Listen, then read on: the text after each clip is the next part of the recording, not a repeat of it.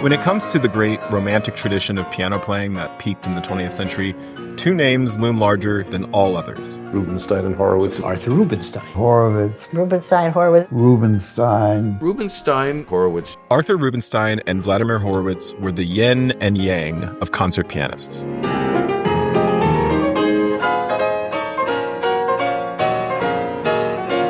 While they were both charismatic virtuosos, as musicians and people, they were complementary opposites. Rubinstein was the extrovert, Horowitz the introvert. Rubinstein had a boundless love for life. Horowitz battled with depression. Rubinstein was prolifically heterosexual. Horowitz, a repressed homosexual. Rubinstein was at home on stage. Horowitz dealt with stage fright, elegant versus erotic, debonair versus deviant, love versus lust. Now, I recognize that these are somewhat crude generalizations, but there's truth to them, at least according to David Dubal, longtime radio host and popularizer of classical piano, who knew both Rubinstein and Horowitz personally. For this video, I asked Dubal to compare the two pianists, commenting on their temperaments both on and off stage, and highlighting specific recordings that best represent their artistry. On a personal note, it means a lot to me to finally create a video with David Dubal, who was an important mentor of mine for almost a decade when I lived in New York. I served as his assistant during my time at Juilliard, sitting in on his elective courses on composers' letters and the recorded legacy of the piano, and also helping recruit pianists to perform in his popular evening division classes. I first came across Dubal's work in my teens when I got a hold of this DVD, The Golden Age of the Piano, and started reading some of his books. This is David Dubal. I am your host for The Golden Age of the Piano. I have to admit, some of his provocative prose put me off at first, and I actually tried to avoid taking his performance class when I first got to Juilliard. But once we finally encountered each other, we became fast friends.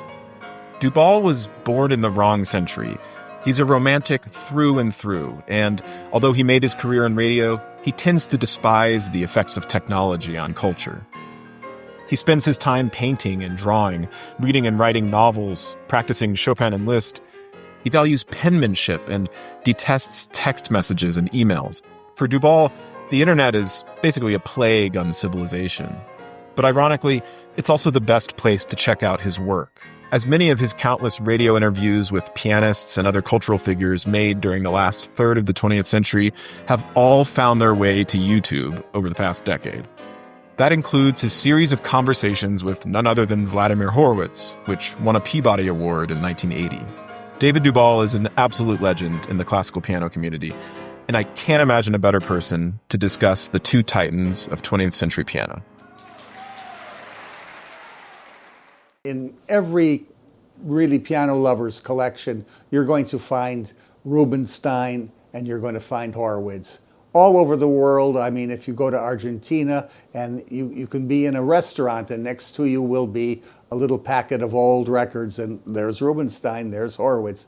Yeah, they had the major impact because also they were the ones pushed very, very keenly in the advertising, growing advertising world where classical music had become very powerful, especially through people like Toscanini. Music appreciation was a big deal in the 1940s, and in that time the record company, especially RCA, the Victor company, recorded Horowitz and Rubinstein and made them into, a type of rivalry, which they were in the slightest way, because I knew Horowitz well and he liked Rubinstein, but he also didn't like Rubinstein as a person. And so there was that kind of rivalry. But as he said once to me, Rubinstein, he was an ugly man, but he had a noble face.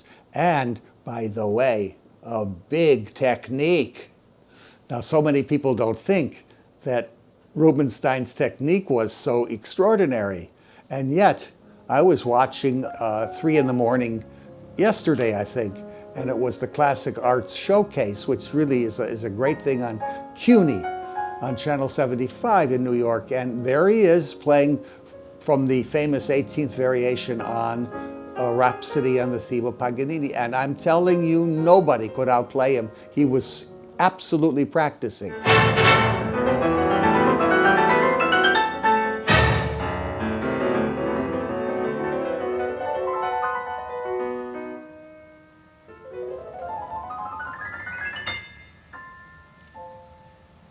And that was the difference when he was not practicing. He could be very flabby, and he had on stage many, many mishaps.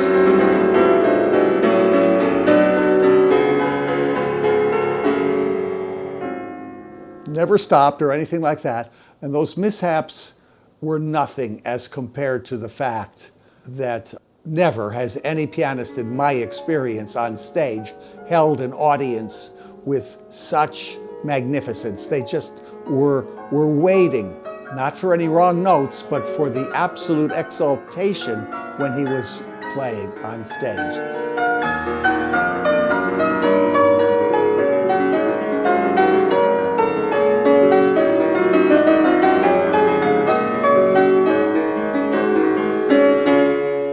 I heard him more than any other great pianist in my life, and never could he disappoint. I'll never forget performances like at Cleveland with George Sell, the Tchaikovsky and the Schumann concerto in one evening.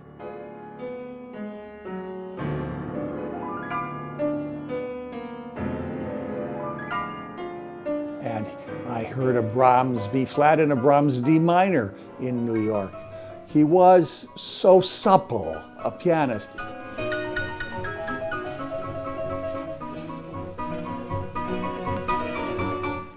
Not on recordings.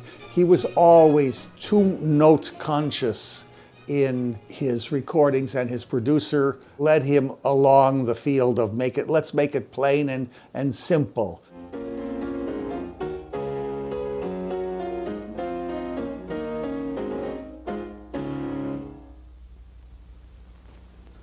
You seem pleased with that one, Mr. Rubinstein. Well, I think it's better than the other ones. Well, I think we can press that. Fine. As fine as many recordings are, and there are some like the Graybil Laude that are the greatest performances of that piece of all time, nothing can come up with it, structurally, tonally, and everything else.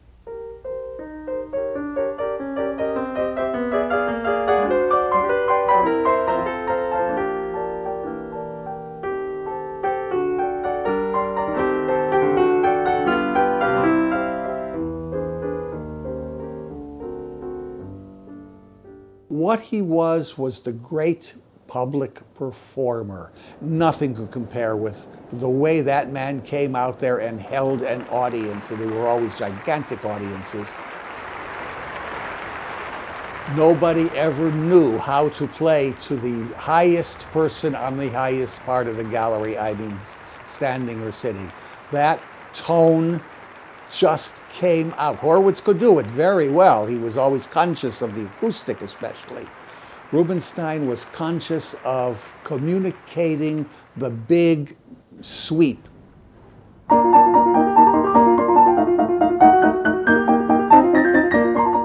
The big sweep is gone in our little sweep society.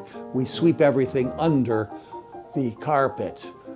God forbid anyone has the grand manner, if they even know what the grand manner was. Rosenthal, the great, well, the first Horowitz, so to speak, last of the Liszt pupils, he would say the grand manner was gone with the invention of the tank in World War I. And you can ponder that a bit, but I understand what he meant. We became, of course, in the 20th century so uniform. I never heard Rubinstein play the Chopin B-flat minor scherzo alike twice. It would be impossible for him.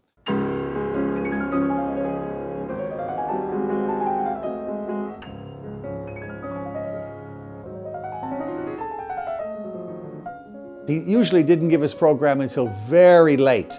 Once he actually told me that on the day that they printed the program, he had decided that he was going to play the Funerei after 7 years He had never touched it. So, I mean, this was a man that liked daring. He said, I like to change fingerings on stage. And he said, that's where I practice. Well, you never had a career like that. There was, 120 concerts a year. He loved every single one of them. He loved the airplanes. He loved the airports. He loved the people. He loved the meals especially. And in his memoirs, he said, I remember every single detail of every single day. And I really do believe it.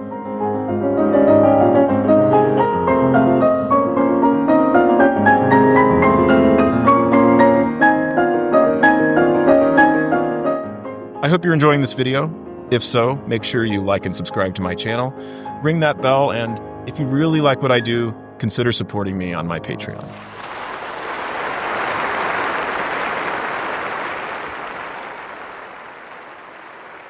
Well, Ben, what about Horowitz? You're going to ask me. Yes, here was the most demonic, the greatest single man that understood the instrument's secrets on all levels. In that way, he was a genius and he was a composer. He composed every work for himself. And he said to me, I don't like when other people play the pieces that I play because they're my pieces. And I understand very well what he says, because the artist has nothing to do with the composer. I know that we're all, you must follow the score. Well, Horowitz never follows the score. If you read the score, there's never a time in anything that he has done at the same time twice. And I'm always quite surprised. There's a G minor ballade. I'm working on it right now for the, for the 50th year, so to speak. And I go and I hear Horowitz, and he never plays it to its potential in his mind. And he said to me, I have a lot of trouble with this piece. I don't come to terms with it. And he didn't. He made 4 recordings, and each one was, in one way or another, not his best. Even the 1968 television show, which is an extraordinary performance technically.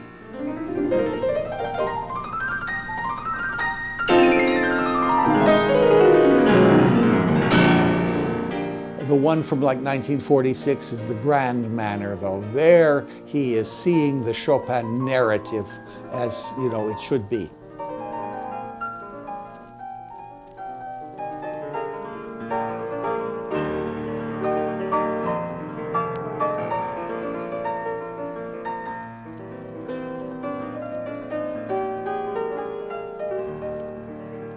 All of his Chopin playing is sometimes cramped.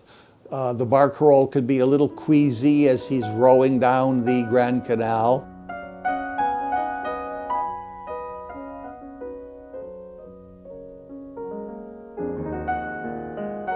I speak of Chopin because he's the poet of the piano, and I don't know that there would be a piano without him. It would be in jeopardy. So every pianist, of course, loves him, and the world loves him. Horowitz had a hard time with him.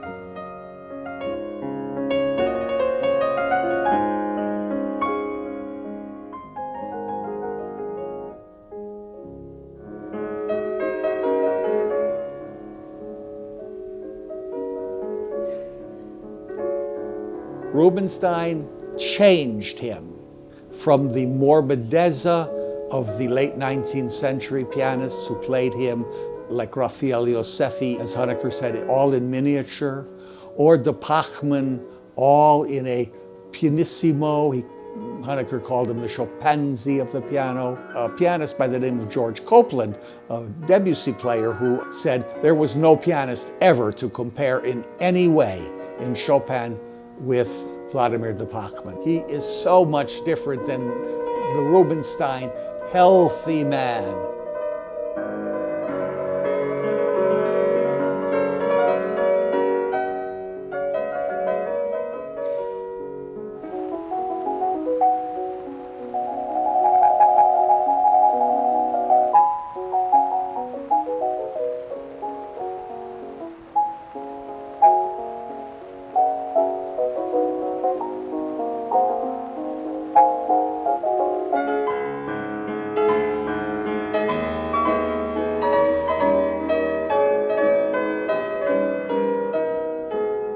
He didn't want that miniature, morbid, unhealthy Chopin, which I adore. Chopin is morbid. Horowitz understood that he was not healthy. He loved the morbidezza. And in the mazurkas, he could really get it. There are mazurkas, the greatest performances of all time, in the C sharp minor, let's say, in the comeback recital of 65.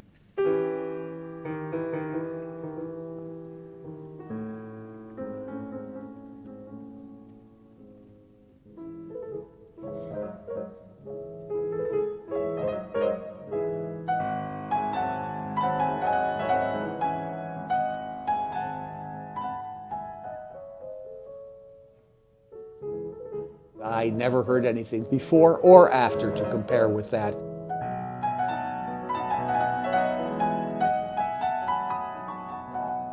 In the irony and the sadness, and Horowitz could photograph it and bring it into a sculpture. You could hear and see the music in the air. You could actually look at the score on the ceiling. The instrument itself, and this is the glory, you put that pedal on and it's like, especially in Horowitz, it's like starlight.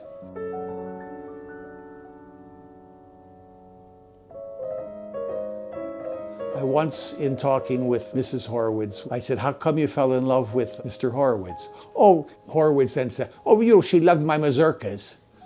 And Mrs. Horowitz then interrupted and said, no, I loved the way he pedaled the mazurkas.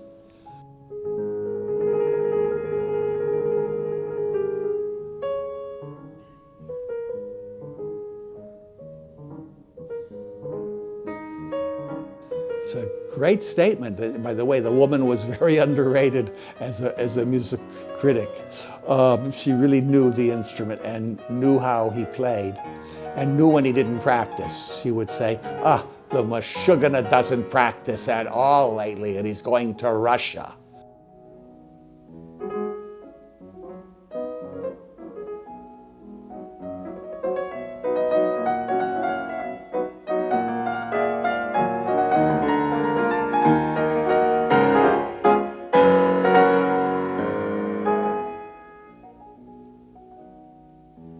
He was, of course, greatly adept at making every note different. That was automatic because he, of all pianists, understood the most important thing about the piano, and that is that it's an instrument of inflection. You can make hundreds of sounds on it. Today, people make 3 sounds, 5 sounds, 7 sounds. They don't understand that actually talent for the instrument, actual talent is, here's a little piano lesson for the world from me via Horowitz. Every single sound can be different, can be pedaled differently, can be timed out differently within the phrase to make a miracle.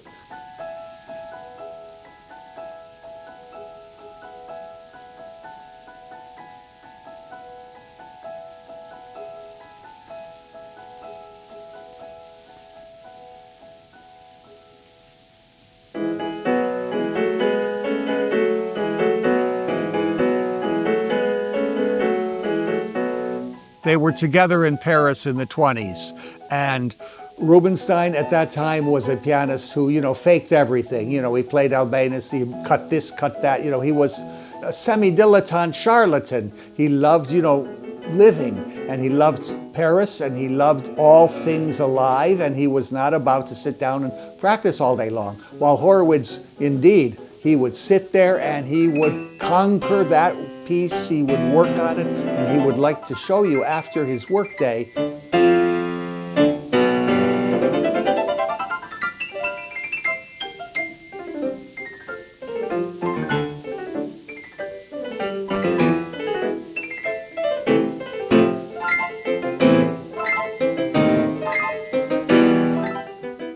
So Rubinstein, like many pianists, were shocked when Horowitz came to the West. And Rubinstein, I'm afraid, was traumatized at his recitals.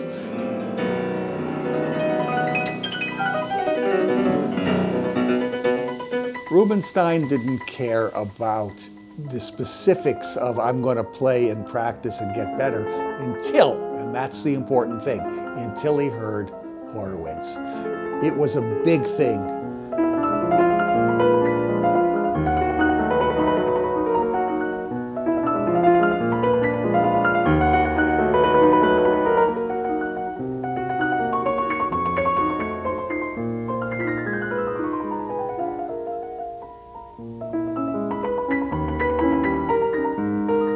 And they knew each other then from that time on, and Rubinstein would always come to Horowitz's home at 14 East 94th.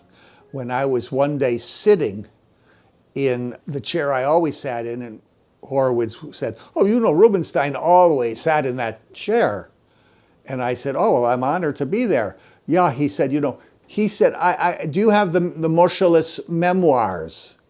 19th century pianist of importance, composer. And he gave it to him. He had a copy, and he never got it back. And in his mind, he said, "Rubinstein stole the memoirs from me. I can't get it back." So he said, Rubinstein was a real thief. And Mrs. Horowitz laughed and said, "Oh, come on, Volodya, that's not true."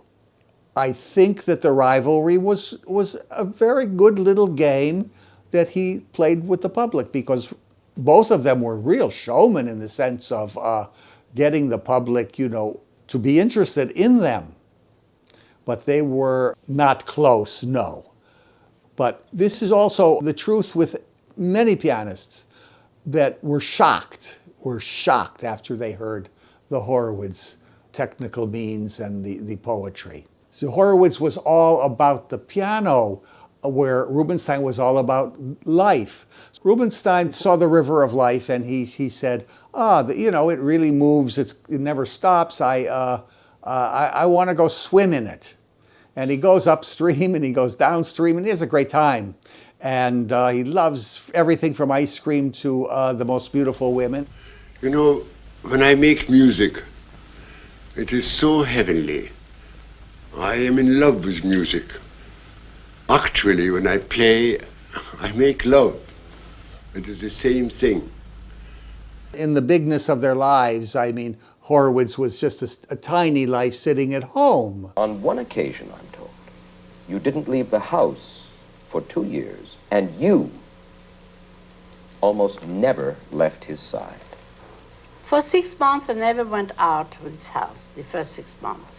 People would come to him, and then if he didn't like you, you know, you would be dismissed and not asked again. Rubinstein loved everyone, or pretended to, and had a good time with them, and loved telling stories, and was a man who, as I said, swam the river, while Horowitz, he put his toe in the river. "Oh, it's too cold, I want to get out, I want to get out." And he did. He would retire for 12 years, this and that.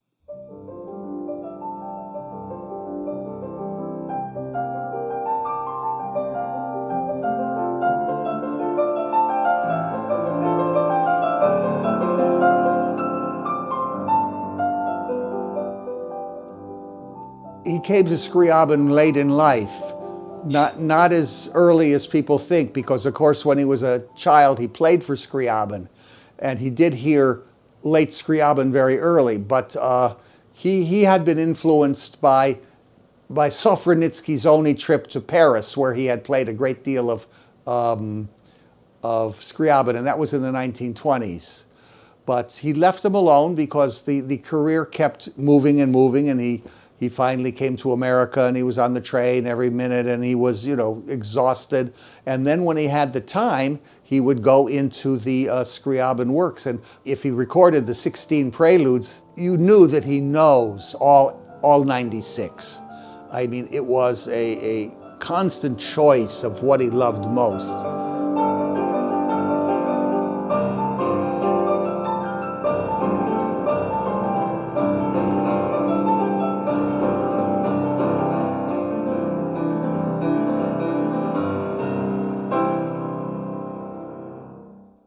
Horowitz was very erotic. His eroticism was subtle, was deviant.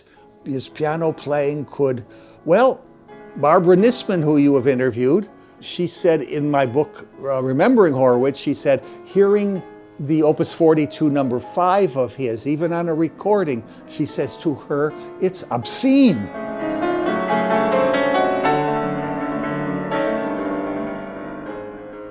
So you don't use a word like that unless there's something so darkly sexual and almost maniacal. Well, he was reaching for an ideal in life, which he had never come close to.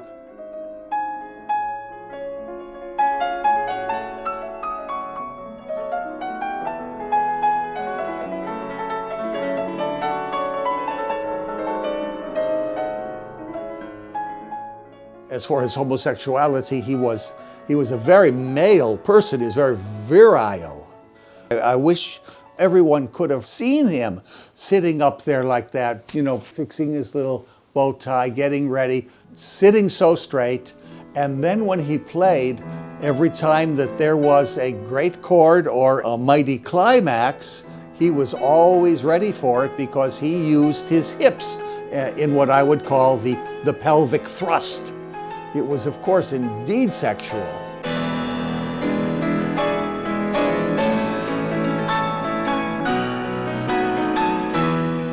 The playing never missed a climax. He would die first, then miss a climax. And that was the same with Rubinstein.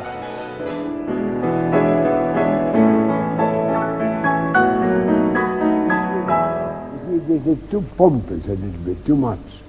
It's forte, all right, but it is noble, and this is a little banging, don't do that. And Chopin doesn't go like that, no. It's good for Liszt. But Rubinstein had a healthiness, and Horowitz was an unhealthy pianist, and it's the reason that he's actually remembered more than Rubinstein. They buy more Horowitz recordings because it's this neurotic sensibility under control.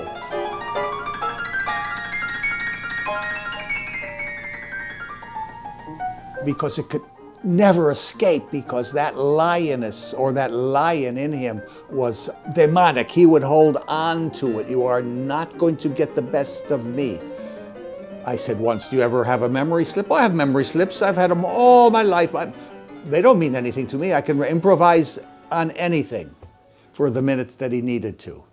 He was a musical genius, by the way, in the sense that I don't use the word genius except for a composer, but in this case, he was the highest form of recreator we've ever had. Well, just take a look. The humoresque, no one has ever touched it like him.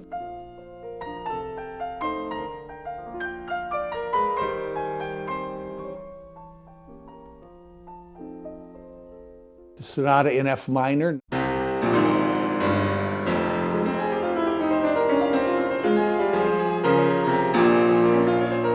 Nothing could compare with it. It's the greatest Schumann performance that ever was, that ever lived, because you see, all his playing lives.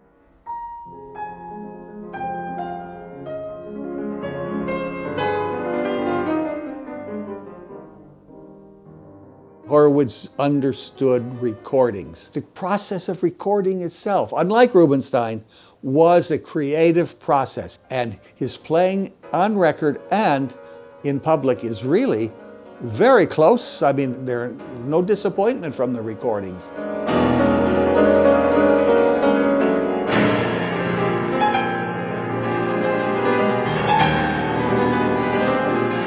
He would have these daily loves, and for a long time, vers la flamme was so important to him. That's the word, it was so important. It was not just that he loved it.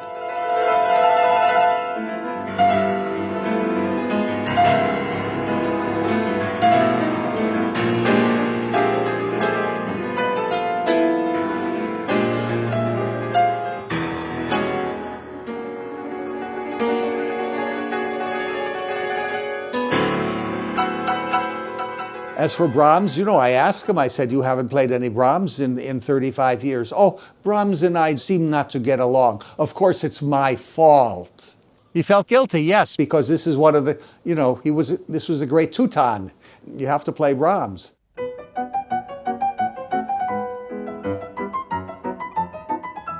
Alina Rubinstein, the daughter of Rubinstein, I said, I really secretly think that Brahms was his favorite composer. And she said, oh, absolutely was. It wasn't Chopin, it was Brahms. Yes, he would not play the Brahms Paganini variations. They were too difficult. He'd have to work too hard. But the great Brahms, all through his career, played it, and he grew up with Brahms. He knew Joachim, the great Brahms' friend. He lived in Germany, and you could certainly call, in many ways, Rubinstein a great romantic German pianist.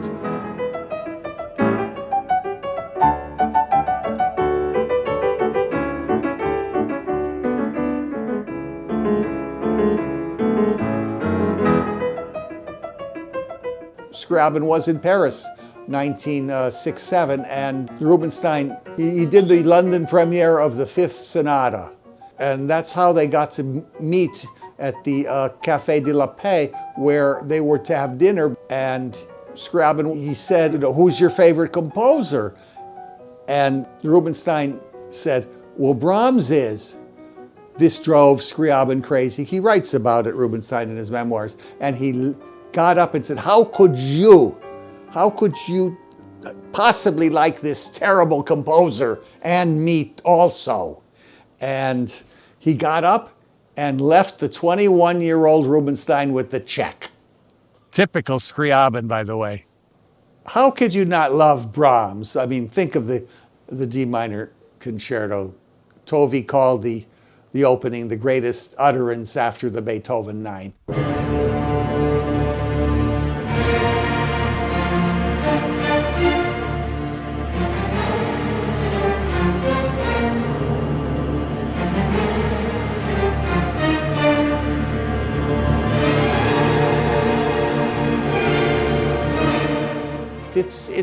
It's startling, that piece.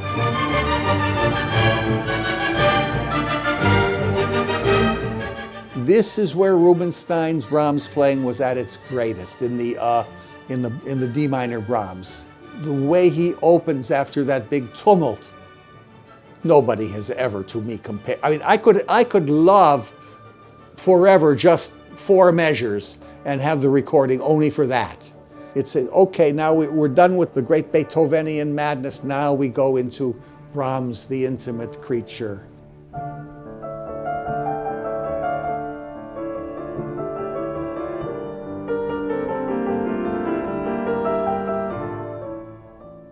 Brahms could be so intimate, and he loved those last opus 116 through 19.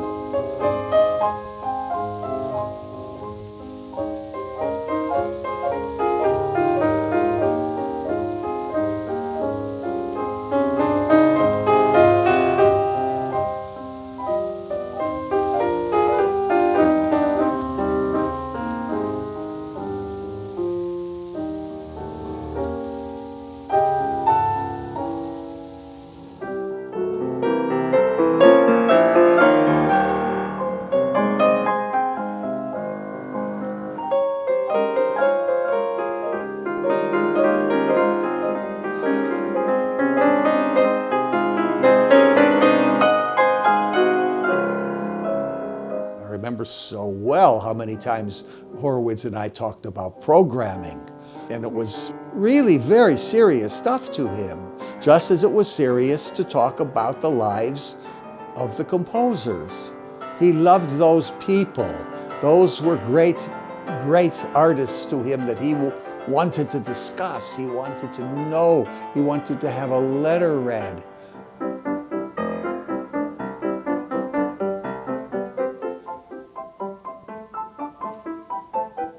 They loved music, without a doubt, but they loved that piano as a philosophy of life almost. And I would say that it was voracious. It was their life. But one wanted to practice, and one wanted to have fun.